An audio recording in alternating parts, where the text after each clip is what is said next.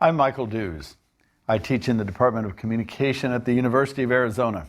And I've been studying conflict and working with it professionally for about 35 years. As a teacher and a scholar at the university, I study it, I teach a course in it. I also spent a little over a decade as a full-time management consultant working with organizations mostly dealing with their conflict issues.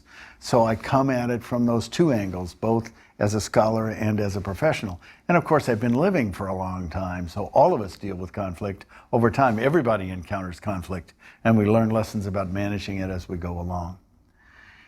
You know, scholars and professionals have been studying the management of conflict very intensely since about the mid-20th century, and they're still working at it. And what they've generated is some new thoughts, some new understanding, and they've really based that on some good, credible research. So we've got stuff to build on as we think about how we might handle conflict better.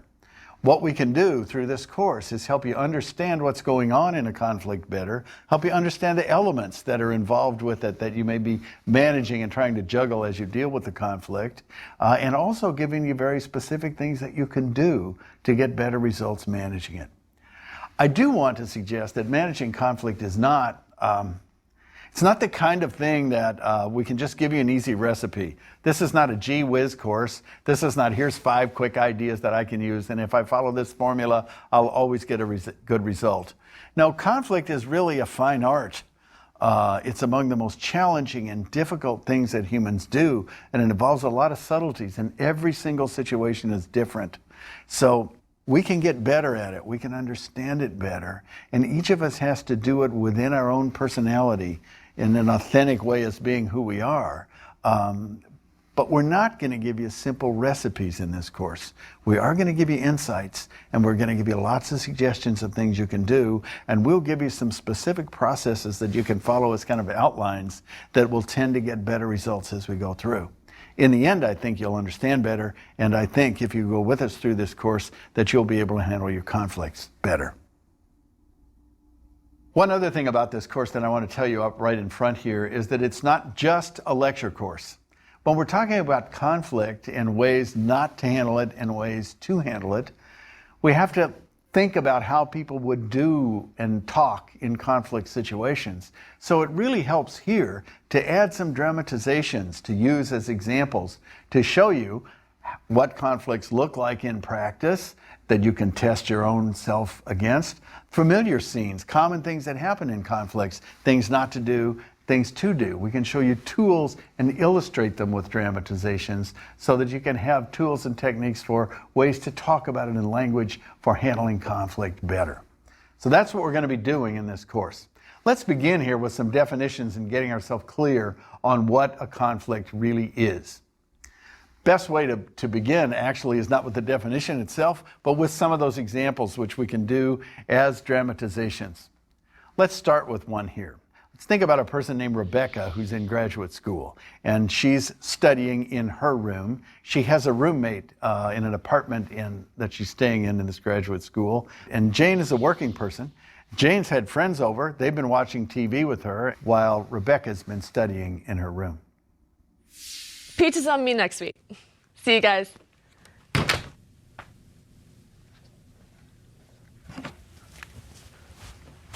Hey, Jane, I'm trying to study for a test tomorrow. I can't even hear myself think. I'm sorry, I thought you had classes on Wednesdays. I didn't even know you were here. Why didn't you say anything? I shouldn't have to say anything. How many times do I have to tell you I have class on Tuesday and Thursday nights? Maybe you're just gonna have to check with me before you bring anybody over. Are you my mother now?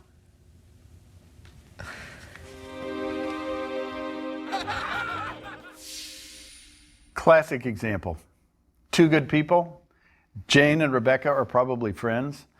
They see this thing differently.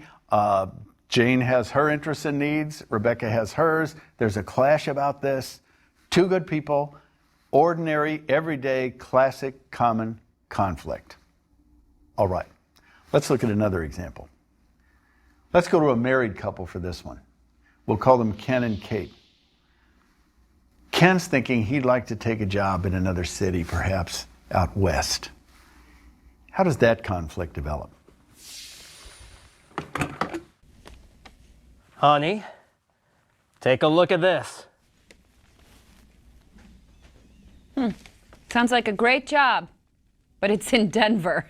Yeah, but you know how much I want to get out west. And I think it's the perfect next step for me. I've already applied for it. You have to be kidding. You didn't even ask me about this before applying? I can't leave Chicago right now. I have a real career here. Why should I go somewhere else and start over? Go to Denver, if that's what you want, but it won't be with me.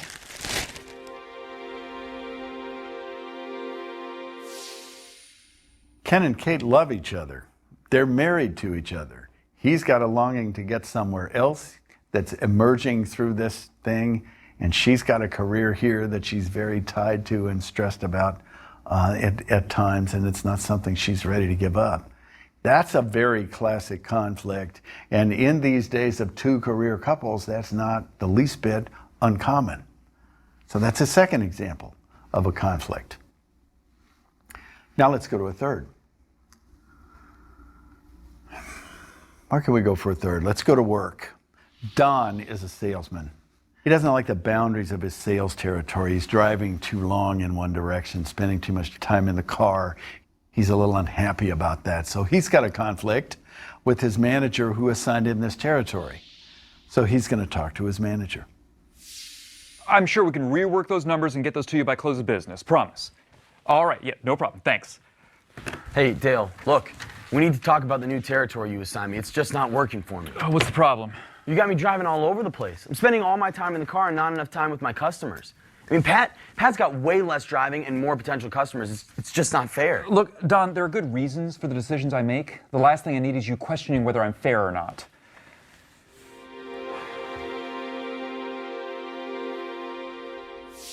Dale's feeling a little unpleasantly challenged here, isn't he?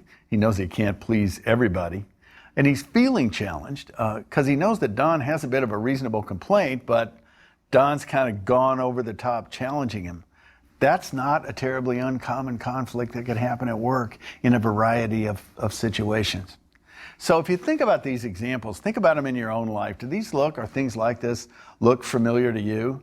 They certainly do to me, and they certainly do to many of my students. They're just common conflicts that occur.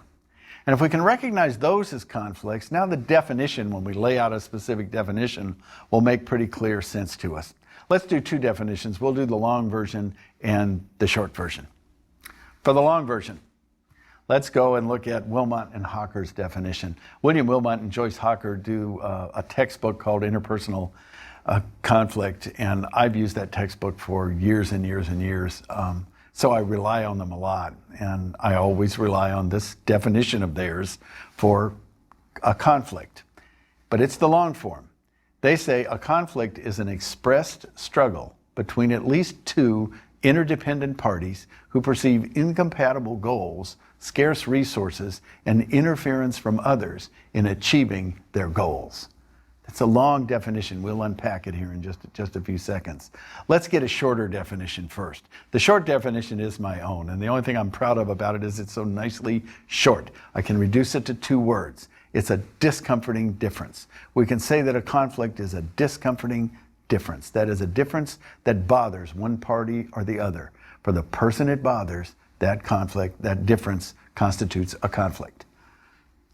Mine is easier for in the moment, in the heat of the situation. Theirs is better for doing the research that we need to do to understand fully what's in a conflict. The Wilmot and Hawker definition is very good about having most of the elements that are always present in mind. They're just sort of clearly implied. So let's add a little description here. Let's talk about the 5 elements that are always present when there's a conflict, no matter what definition we use. First element was there and it was present. It was present in the definition in the words that Wilmot and Hawker used. They called the parties interdependent. The parties in a conflict need to be interdependent or there will not be a conflict. Interdependence is factor number 1. By interdependent, what we mean is that the behavior of one has an effect on the other. Rebecca and Jane are interdependent with one another. How they behave in that apartment, how each behaves affects the other. How the territories are assigned affects Don.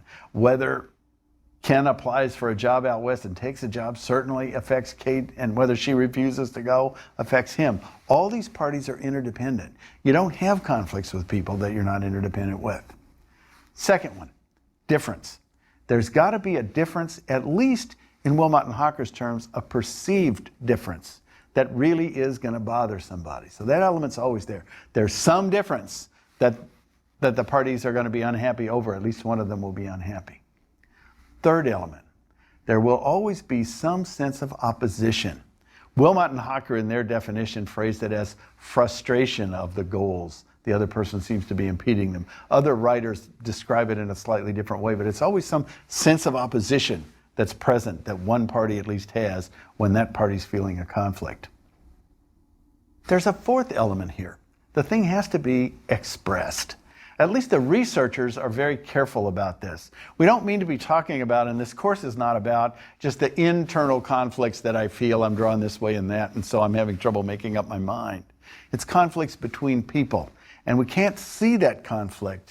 We can't look at it, we can't deal with it between people until it gets expressed in some fashion. Somebody's got to act in a way. Some psychologists call it a behavioral manifestation. I'm in the communication field, so I like the term, it needs to be expressed. Expression is the fourth of those five basic elements.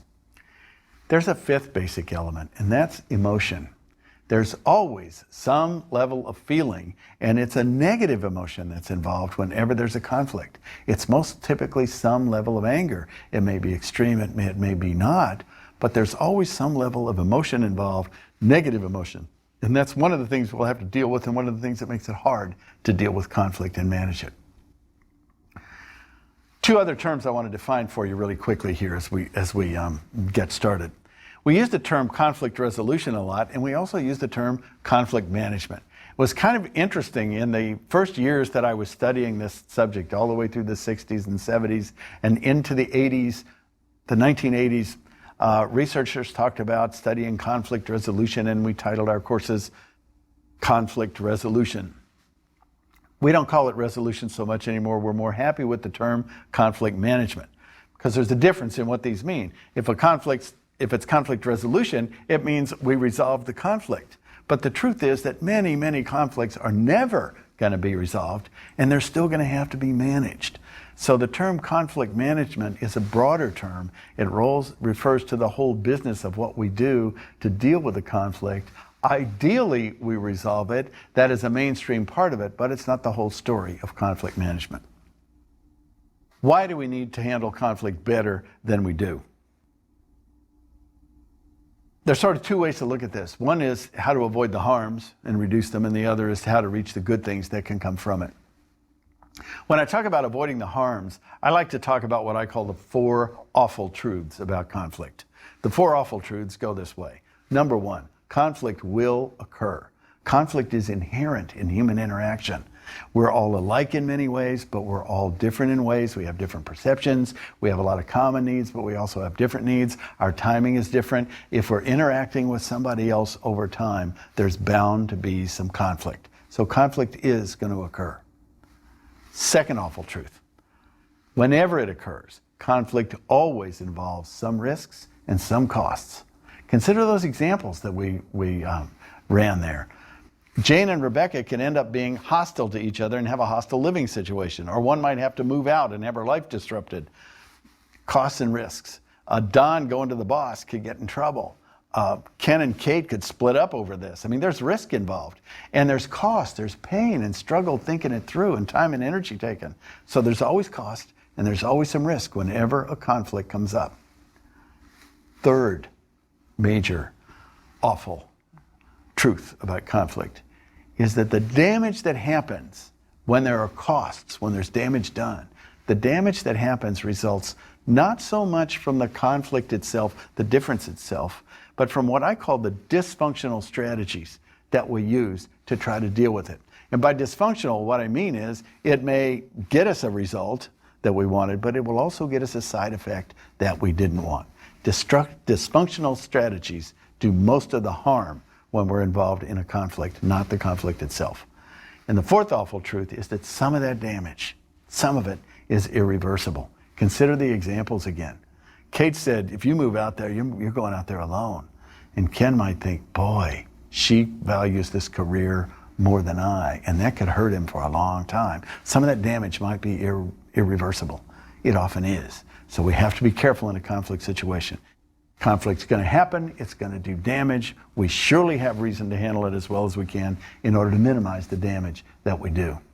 But I want you to note that there's another reason here. There's the positive side. Conflict is also very, very useful. Conflict surfaces problems that we didn't see before. That's especially useful in organizations coming across problems when they arise, because conflict triggers our ability to recognize them. Going through conflict deepens our understanding of one another and enables us to improve our relationships and actually get them to a much deeper, more honest level than they were before. There are actually wonderful breakthroughs in honesty and closeness in relationships that happen as a result of working through a conflict well. So conflict may be painful, it's risky, it can do damage, but it can also be our friend in relationships, including work relationships, because it can also do us a lot of good. So what we're looking for in terms of handling conflict better, being successful at it, is what we want to do is minimize any damage, even if we can't eliminate it, and lower the costs, and we want to gain the gains that can come from it as best we can. Handling it better would mean some of both of those things. I want to call it a success story, the management of conflict, and I mean that in a couple of different ways. One is, we can have more successes with managing conflict if we do that. And the other is, we've had a lot of success in understanding it better. Let me just preview some examples. Later in the course, we'll talk about examples of some successes in resolving major conflicts. And those three that we'll talk about later are, one will be the Camp David Accords, reached in 1978, that led to the 1979 peace treaty between Egypt and Israel. That was negotiated by Anwar Sadat and Menachem Begin with the help of President Carter in the United States. That treaty has never been broken between Israel and Egypt, the only successful negotiation that we really know of in the Middle East. A marvelous success story. A second great success story was the START I treaty that we later had START II, and we've recently extended that. But negotiating that first START I treaty between the United States and the Soviet Union, in which they agreed to limit and reduce the number of nuclear weapons and missiles that they had and means of delivering weapons, was a marvelous advance in the safety of the world. And this was at the end of a Cold War, or still in the middle of a Cold War, between the United States and the Soviet Union. And the third one that I want to talk about is a solution that came between two governors in the United States of two different states, one of whom was very recognized as a liberal environmentalist, and the other was very recognized as a staunch conservative. And the two of them sat down and worked out a set of principles for managing issues and conflicts when they come up, for handling issues of environment. So that was a marvelous success story. We'll tell those. So there are successes, and you probably have some in your own life. There are successes with the handling of conflict, even the big, seemingly intractable conflicts. But there's another way in which we have success with handling conflict, and that's doing the research. I said since the mid-20th century there's been plenty of research. Scholars and practitioners have really worked at this. How can we get better? It's a major area of research in psychology, in sociology, in communication, and in organizational management. All scholars looking in all those areas trying to find better ways. Here's some of the questions that they've gotten better answers to. Here's one. In order for me to win in a conflict, does the other party have to lose? Or do we have to compromise in order to keep somebody from losing? Well, it turns out, and we'll talk about this in Lecture 3, that most of the time, no, we don't have to compromise, and no, nobody has to lose. We can actually both win. That's where the term win-win comes from, and we'll describe that in Lecture 3. Here's another question. What are we really after when we engage in conflict? And how do we understand that? Why is it in connection with that we sometimes get what we think we've fought for, but we do damage to the relationship in the process so that our victory turns out to be a net loss? Well, we have a lot better understanding of our multiple and complex goals in conflicts now, and we'll talk about that in Lecture 6. Good scholars have produced good answers that help us with that. Here's another question. If we want to reach a good resolution in terms of all of the goals that we might have, what should we focus on in negotiating? How should we go about that? How should we proceed? We begin to deal with that in Lecture 10. We have some very good answers to that kind of a question. So we've got successes. We've got examples of success. We've got successes in our own lives, large scale, small scale. We've got good research that's successful in getting us better answers. So we have some. We can learn new and better ways to handle conflict.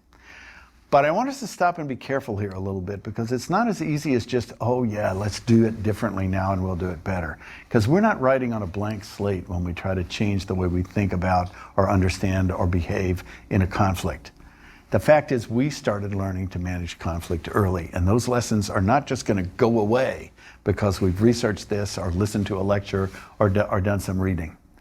We've been learning to deal with conflict from our culture, we learn in our organizations, and certainly we learn in our families starting very early in our lives. Just think of some examples of that just briefly here.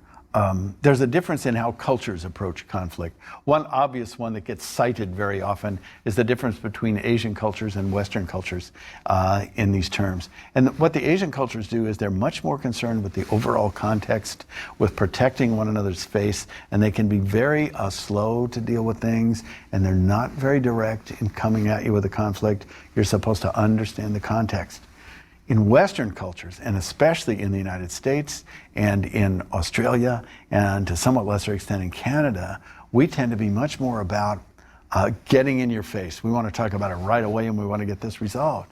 And those are cultures that formed with people who migrated from somewhere else. They were getting started in a new land. They were transient. They were newly getting together, and they need to get this resolved now. So you can see why the cultures would be different. But the cultures teach us things about how to handle conflict.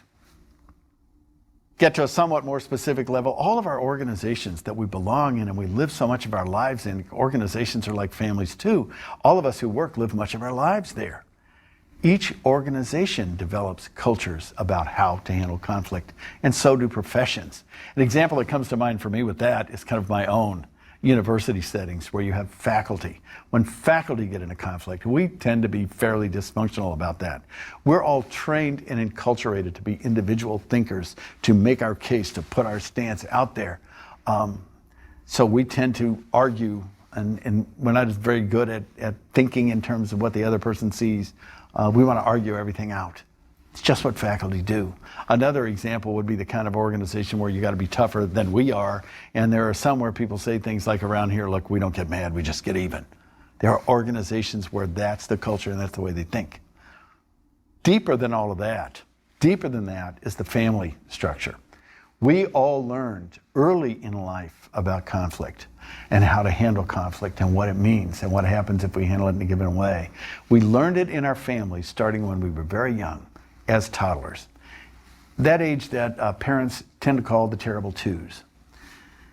There was that first moment when you, as a little toddler, tried out saying no for yourself. You'd heard your mom and dad say it, and at one point you looked up and tried it, and you looked up at one of those people and you said, no!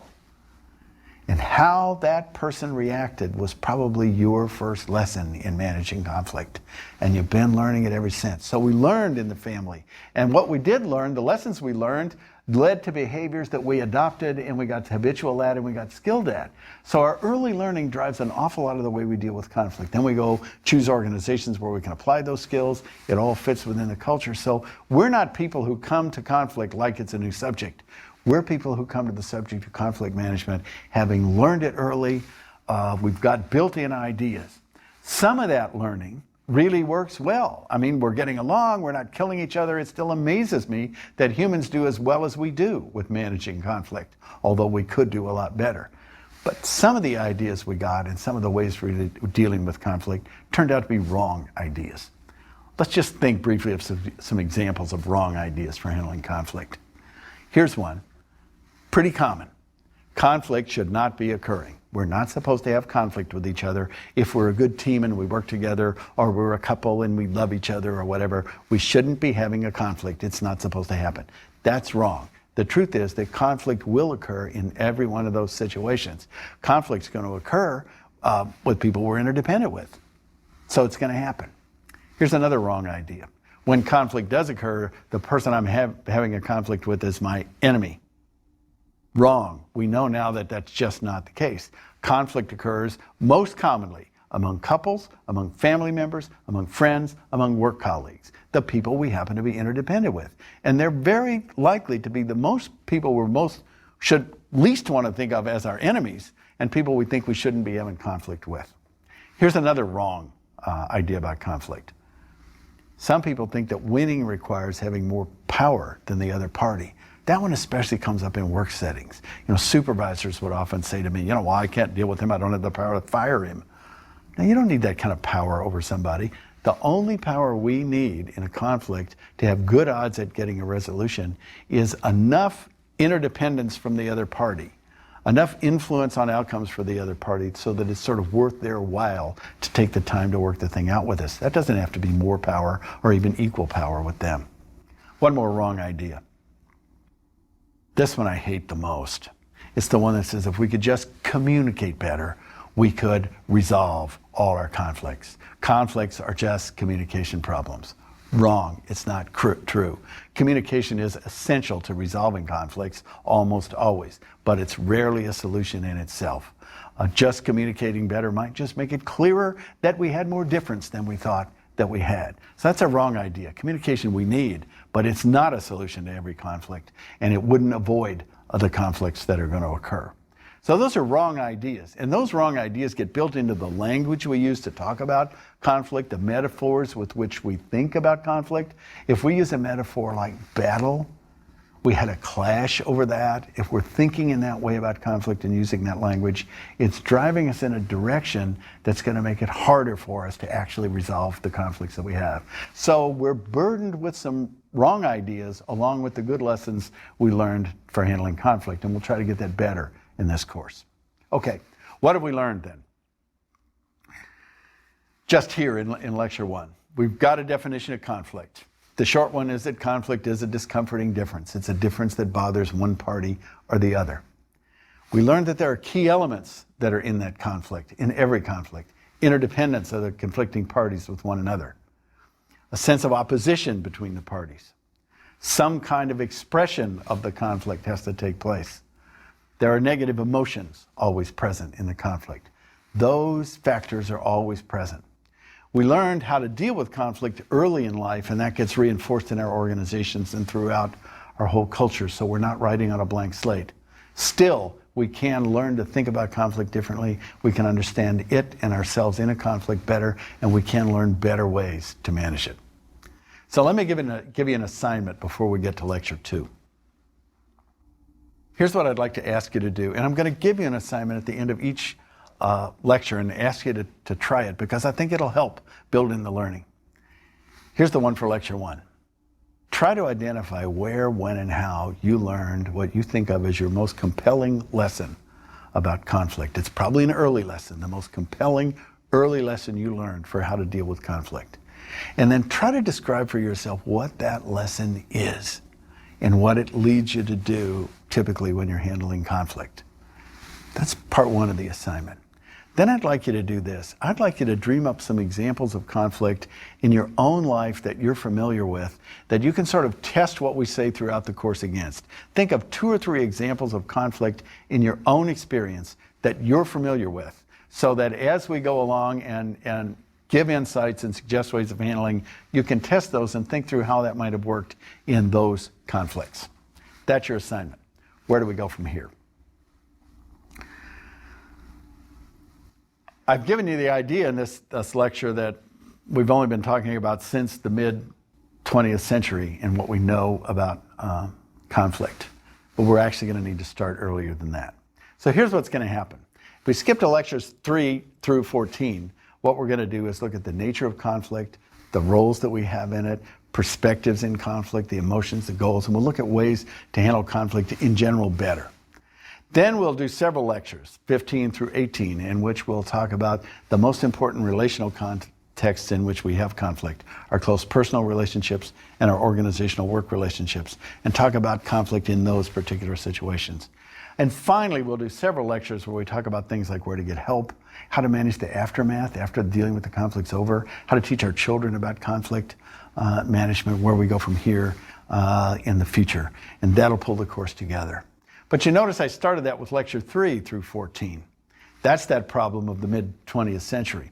Before we can come to our modern times and research on conflict, we have to go back and we have to think about the most important single discovery in the management of conflict in human history, arguably the most important discovery that was made. And that was a discovery made by the ancient Greeks about 2,500 years ago, and it's called the adversary system. That's what we'll do in lecture 2.